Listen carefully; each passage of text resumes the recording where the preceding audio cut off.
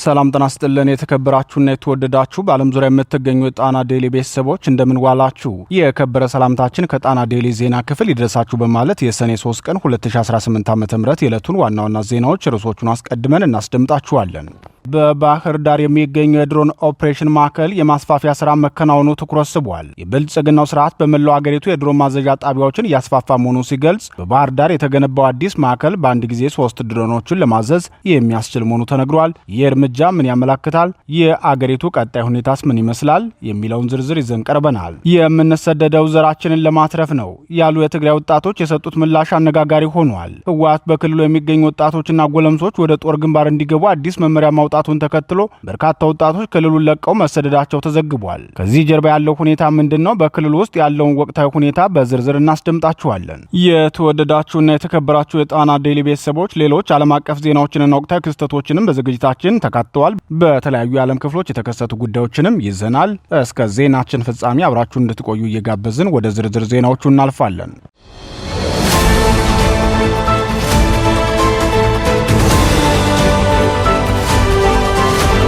የድሮን ማስፋፊያ በባህር ዳር።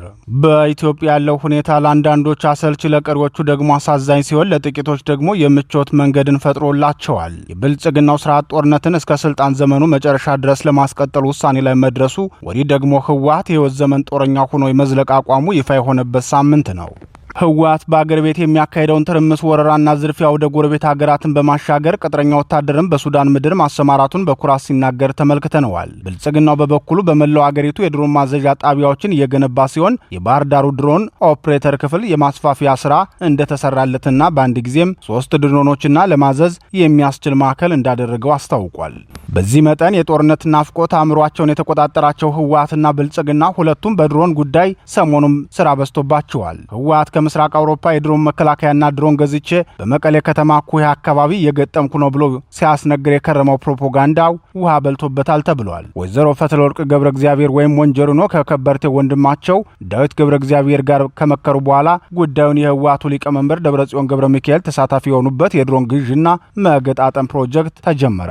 እንደ ድሮ አይደለውም ጸረ ድሮን ታጠቅ ያለው ብሎ ሲያስነግር የነበረው ህወሓት በቅርቡ የብልጽግናው ስርዓት በተከታታይ ባደረሰበት የድሮን ድብደባ ከ12 በላይ ተሽከርካሪ ሰራዊቱና ሎጂስቲኩ አመድ ሆኖበታል። የህወሓትና የድሮን ትስስሩም እዚህ ድረስ ነው። የብልጽግናው ስርዓት በበኩሉ ድሮንን አብዝቶ በመግዛት በሀገር ውስጥ በማምረትና የድሮን ማዘዣ ጣቢያዎችን በማስፋፋት ተጠምዷል። ባለፉት 5 ዓመታት ለድሮን ግዥና ተያያዥ ጉዳዮች ያወጣው ገንዘብ ወደ ልማት ቢውል ኑሮ 2 የኤሌክትሪክ ማመንጫ ግድቦችን መስራት ያስችለዋል ተብሎ በተንታኞች ይነገራል። ስርዓቱ የድሮን እንቅስቃሴውን አስመልክቶ በውስጥ አዋቂ የሚዲያ ክንፉ በኩል ባሰራጨው ዘገባ ከቻይና እስከ ቱርክ፣ ከተባበሩት አረብ ኤምሬቶች እስከ ሩሲያ ሰራሽ ድሮኖችን ገዝተናል። 24 ሰዓት ሙሉ አሰሳ ማድረግ የሚችሉና ከ12 ኪሎ ሜትር በላይ ከፍታ እየበረሩ ኢላማቸውን የሚመቱ ድሮኖችን ነው የገዛ ነው ብሏል። ብልጽግናው ወታደራዊ መረጃዎቹን በተወሰኑ ሚዲያዎች ብቻ እንዲነገሩ በማድረግ ላይ ነው። ይህ የሆነበት ምክንያት ደግሞ የጦርነትና ወታደራዊ ሚስጥሮችን በህዝብ መገናኛ ብዙሃን ቢያሰራጭ አንድም ታማኝነት አያገኝም፣ እንዲሁም ጦርነት ቀስቃሽ የሚል ወቀሳ ስለሚቀርብበት ሲሆን፣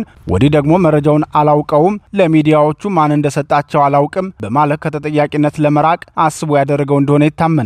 በእርግጥ በርካታ መንግስታት እንደዚህ አይነት መረጃዎችን በህዝብ ሚዲያዎች ከማሰራጨት ይልቅ ለእነሱ ቅርበት ላላቸውና ለሚደግፏቸው ሚዲያዎች መረጃውን በመስጠት ወደ ህዝብ ጆሮ ማድረስ የተለመደ ነው። ብልጽግናውም የተጠቀመው ይህንኑ መንገድ ነው። የብልጽግናውን የአየር ኃይል መረጃዎችን ለህዝብ ይፋ ያደረጉት የስርዓቱ ልዩ የሚዲያ ክንፍ አባላቱ የሰሜን ኢትዮጵያ ወታደራዊ መልክዓ ምድር በከፍተኛ ቴክኖሎጂ በላይነትና በተደራጀ የሎጂስቲክ አቅርቦት እየተቀየረ መጥቷል በማለት የፕሮፓጋንዳ መረጃዎችን ይጀምራሉ። በተለይም በትግራይ ክልል እያካሄደ ያለው ያልተቋረጠ የድሮን ቅኝትና ተከታታይ ጥቃቶች ጦርነቱ ከምድር ውጊያ ይልቅ ወደ አየር የበላይነት መሸጋገሩን በግልጽ የሚያመላክት ነው። በሳምንቱ መጨረሻ የተፈጸመውና 12 ተሽከርካሪዎችን ያወደመው የድሮን ጥቃት እንዲሁም ጥቃቱ ያነጣጠረው በፖለቲካና ወታደራዊ አመራሮች ላይ መሆኑ ይህም ማለት በጠለምት አርሚ 11 እና በማይጨው አርሚ 35 አመራሮች ላይ የተቃጣው ቅኝት ድሮኖቹ ከፊዚካላዊ ውድመት ባለፈ ከፍተኛ የስነልቦና ጫና ለመፍጠር እየተሰራባቸው መሆኑን ያሳያል ሲሉ ወታደራዊ ፕሮፓጋንዳ መረጃቸውን ይገልጻሉ። የብልጽግናው ወታደራዊ ፕሮፓጋንዳና የመረጃ ማዛባት ዘገባ ሲቀጥልም የኢትዮጵያ አየር ኃይል የጦር መሳሪያ ስብጥር በአሁኑ ወቅት እጅግ ዘመናዊ ከሚባሉት የሰው አልባ አውሮፕላኖች UAVs ተርታ የሚመደብ ነው። እንደ ቱርክ ባይራክታር ቲቢ ያሉ ድሮኖች እስከ 12.2 ኪሎ ሜትር ከፍታ ላይ በመብረር ቅኝት ማድረግ ይችላሉ። ከምድር ላይ ከሚተኮሱ አብዛኞቹ ጸረ አውሮፕላን መሳሪያዎች ኢላማ ውጭ ያደርጋቸዋል። የማጥቃት አቅማቸውን ስንመለከትም ድሮኖቹ ከ6.5 ኪሎ ግራም እስከ 22 ኪሎ ግራም የሚመዝኑ ትክክለኛ ኢላማ መምቻ ቦምቦችንና ሚሳኤሎችን መሸከም መቻላቸው ኢላማዎችን በነጥብ ለማውደም ያስችላቸዋል። ከቻይናው ዊንግ ሎንግቱ እስከ ቱርኩ ባይራክታር አኪንጂና ሩሲያው ኦሪዮን ኢ ያሉ አብዛኞቹ ድሮኖች ከ24 ሰዓት በላይ በአየር ላይ መቆየት መቻላቸው የ24 ሰዓት 7 ቀን የክትትል አይን ስትራቴጂን በክልሉ ላይ ተግባራዊ ለማድረግ አስችሏል ሲል የህወሓትና የብልጽግናውን ጦርነት አይቀሬነትን በመጠቆም ጭምር የብልጽግናውን የአየር ኃይል የበላይነት ፕሮፓጋንዳ አስታውቋል። ብልጽግናውን በድሮን ቴክኖሎጂ የበላይነቱን ለማስጠበቅ ደግሞ የተባበሩት አረብ ኤሚሬቶች አሁንም ያልተቋረጠ ድጋፍ እያደረጉ መሆኑን የሚገልጸው የብልጽግናው ወታደራዊ መረጃ ከተባበሩት አረብ ኤሚሬቶች አልሪፋ ዊሃንና ዛይድ ቤዞች ወደ ኢትዮጵያ ቦሌ፣ ደብረ ዘይትና ባህር ዳር ያልተቋረጡ የጭነት በረራዎች እየተከናወኑ ነው ይላል። በጄኔራል ይልማ መርዳሳ የሚመራው የብልጽግናው አየር ኃይል መረጃውን ሲቀጥልም በጣም ትኩረት ከሚሹ ጉዳዮች አንዱ ባህር ዳር የሚገኝ የድሮን ማረፊያ ወይም ሚሊታሪ አፕሮን በአጭር ጊዜ ውስጥ ከ1 ወደ 3 ማደጉ ነው። ይህ የሆነበት ምክንያት ደግሞ የዘመቻ ስፋትንና የረጅም ጊዜ እቅድን ታሳቢ ባደረገ መልኩ ነው ይላል። እንደ አየር ኃይል ወታደራዊ የፕሮፓጋንዳ መረጃ መሰረት ብልጽግናው ለረጅም ጊዜ በበርካታ ግንባሮች ጦርነት እያካሄደ እንደሚቆይ ማሳያ ነው።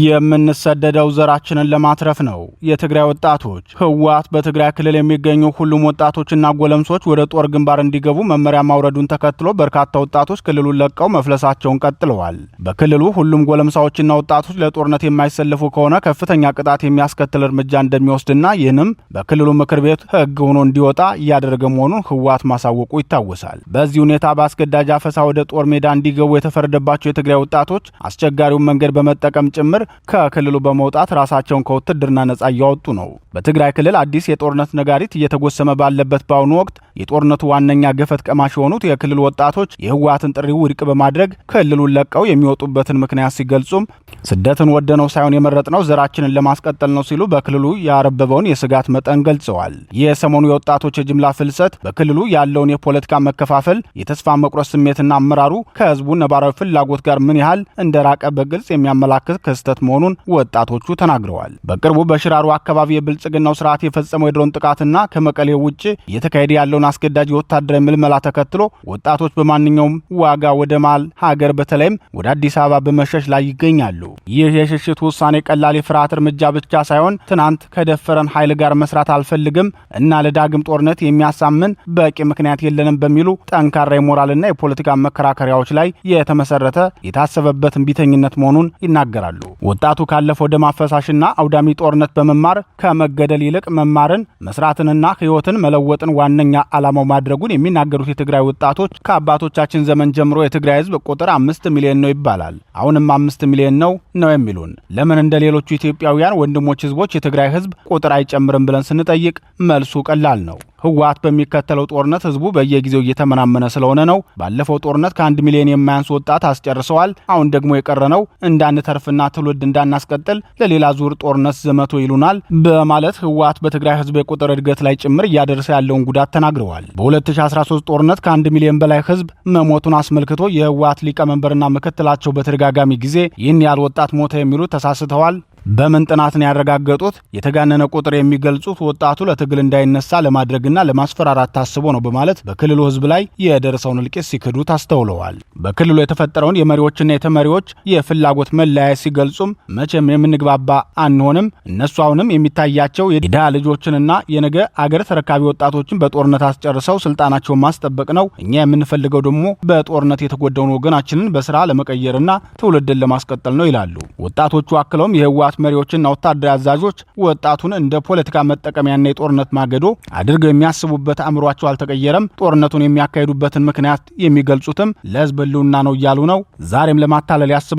ሆኖም ወጣቱ ከመሳሪያ ይልቅ የስራ ቦታን መርጦ እየሰደደ ነው። አዲሱ የጦርነት አዝማሚያ ህዝባዊ መሰረትና ሞራላዊ ቅቡልነት የሌለው መሆኑን ደጋግመን ብንናገርም ሰሚ ስላላገኘን ስደትን ልንመርጥ ተገደናል ብለዋል።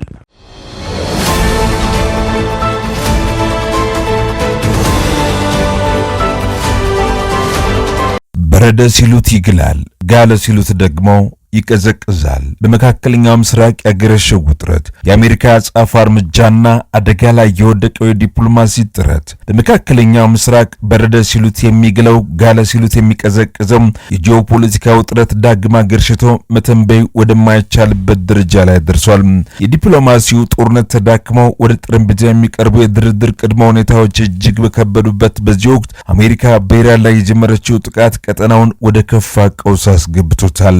ሮይተርስ የዜና ወኪልና የአሜሪካ ማዕከላዊ ዕዝ በይፋ እንዳሳወቁት በፕሬዝዳንት ዶናልድ ትራምፕ የሚመራው የአሜሪካ ጦር በኢራን ላይ የአየር ጥቃት የጀመረው በኦማን ባህረ ሰላጤ አቅራቢያ በሚገኘው የሆርሙዝ ሸለቆ ላይ የአሜሪካ ጦር ንብረት የሆነችው አፓቼ ሄሊኮፕተር በኢራን ተመታ መውደቋን ተከትሎ ነው። ይህ ጥቃት በታሪክ ለመጀመሪያ ጊዜ የተመዘገበና የጦርነት ቴክኖሎጂ ገጽታ የቀየረ አስገራሚ የነፍስ አድን ኦፕሬሽን የታየበት መሆኑን ዘ ኒውዮርክ ታይምስ ዘግቧል። የተመታችው ሄሊኮፕተር አብራሪዎችና የበረራ አባላት በሰው አልባ የባህር ላይ ድሮን አማካኝነት በሰላም ሊታደጉ ተችሏል የተባለው። ይሁን እንጂ ክስተቱ በሀገር ውስጥ ፖለቲካ ከፍተኛ ውጥረትን ፈጥሯል። ሲኤንኤን እንደዘገበው በአሜሪካ ኮንግረስ የዲሞክራሲ ፓርቲ አባላት በሄሊኮፕተሯ መውደቅ አደጋ ዙሪያ የብሔራዊ ደህንነት ምክር ቤት አስቸኳይ ማብራሪያ እንዲሰጥም የኮንግረሱ የምርመራ ጥያቄ በማቅረብ ፕሬዝዳንቱን አፋጧቸዋል የተባለው። የዚህ ግጭት መዘዝ ከቀጠናው አልፎ በዓለም አቀፍ የንግድና የባህር ላይ ደህንነት ላይ ከባድ ስጋትን ደቅኗል። በኢራንና በአሜሪካ ጦርነት ምክንያት ዋነኛ የነዳጅ ማጓጓዣ መስመሮች መዘጋጀታቸውና የደህንነት አደጋ ላይ መውደቁን ተከትሎ ፈረንሳይና የአውሮፓ ህብረት አጋሮች የንግድ መርከቦችን ደህንነት ለመጠበቅ ተጨማሪ የጦር መርከቦችን ወደ ቀይ ባህርና ህንድ ውቅያኖስ እያሰማሩ መሆኑን ፍራንስ 24 ሃውርስ ዘግቧል።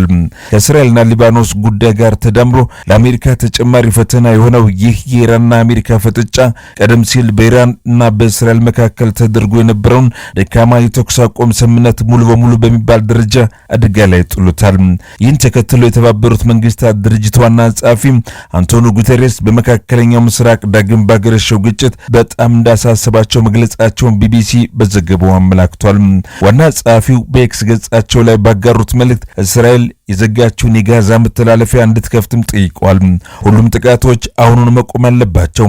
በሊባኖስ፣ በኢራን፣ በጋዛ ያለው የተኩስ አቁም ሙሉ በሙሉ መከበር አለበት ሲሉም አሳስበዋል።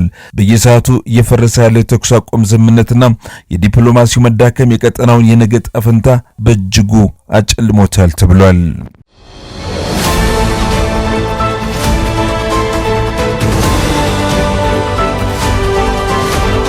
የአውሮፓ ሀገራት በእስራኤል ላይ ያላቸውን አቋም እያከረሩ መምጣታቸውና ከዋነኛ አጋሯ አሜሪካ ጎን መሰለፍ እየተው መምጣታቸው የቅርብ ጊዜ ዲፕሎማሲ እርምጃ ሆኖ ተመልክተነዋል። በተለይም በሆርሙዝ ባህረ ሰላጤ ከተፈጠረው ውጥረት ጋር በተያያዘ የአውሮፓ ሀገራት በእስራኤል ላይ ተከታታይ ጫናዎችን ማሳደር ጀምረዋል። ቢቢሲ በዘገባው እንዳስነበበው ዩናይትድ ኪንግደምና አጋሮቿ በዌስት ባንክ በሚንቀሳቀሱ አክራሪ እስራኤላውያን ሰፋሪዎች ላይ አዲስ ማዕቀብ ጥለዋል። ፈረንሳይ በበኩሏ የኢሚግሬሽንና የሰፋሪዎችን ጉዳይ በጽኑ በመቃወም ቀኝ አክራሪ የእስራኤል የፋይናንስ ሚኒስተር ባዝሌል ስሞትሪች ጋዛን ዳግም ቀኝ መግዛት አጀንዳ ያራምዳሉ በሚል ወደ ሀገሯ እንዳይገቡ እገዳ ጥሎባቸዋል የተባለው። የፈረንሳይ የውጭ ጉዳይ ሚኒስቴር እንዳብራሩት ይህ ማዕቀብ በፍልስጤማውያን ላይ እየደረሰ ያለውን ጫና ተከትሎ ከሌሎች ሀገራት ጋር በመተባበር የተወሰነ መሆኑን አረጋግጠዋል። በሌላ በኩል የመካከለኛው ምስራቅ ውጥረት ወደ አዲስ አቅጣጫ እያመራ ሲሆን የእስራኤልና ሊባኖስ ግጭት አሁንም የቀጠለው ትልቁ ስጋት ሆኖ ብቅ ብሏል። የሊባኖስ ሄዝቦላህ ጥቃቱን ካላቆመ ጦርነቱን እንደገና እንደምትጀምር ኢራን ማስጠንቀቂያ ብትሰጥም የእስራኤል ጦር ግን በሂዝቡላህ ላይ እንዲሁም በሊባኖስ የምትገኘውን ታሪካዊቷን የጢሮስ ከተማ በአየር ደብድቧል።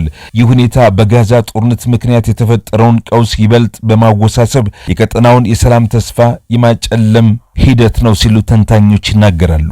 ከመካከለኛው ምስራቅ ቀውስ ጎን ለጎን በሩሲያ ዩክሬን ጦርነት ውስጥ የሚሳተፉ አፍሪካውያን ቁጥር መጨመሩ ሌላው የዓለም አቀፍ ማህበረሰብ አሳሳቢ ጉዳይ ሆኗል። የቢቢሲ ቡድን መጋቢት መባቻ ላይ ባደረገው ማጣራትና እስካሁን ይፋ በተደረጉ መረጃዎች መሰረት በምርኮኞች ማቆያ ውስጥ ባገኘው መረጃ በጦርነቱ የአፍሪካውያን ተሳትፎ አስደንጋጭ ደረጃ ላይ ደርሷል።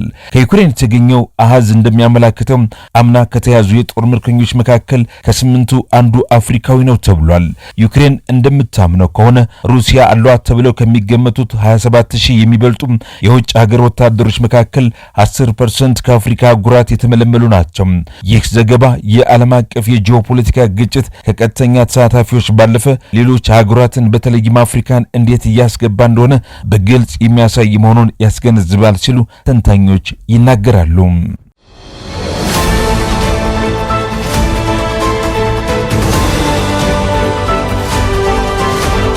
የተወደዳችሁና የተከበራችሁ የጣና ዴሊ ቤተሰቦች የሰዓቱ ዜናችን የተከታተላችሁትን ይመስል ነበር። ምርጫችሁ ስለምታደርጉን ከልብ እናመሰግናለን። ተሰናበትናችሁ። ጤና ይስጥልን።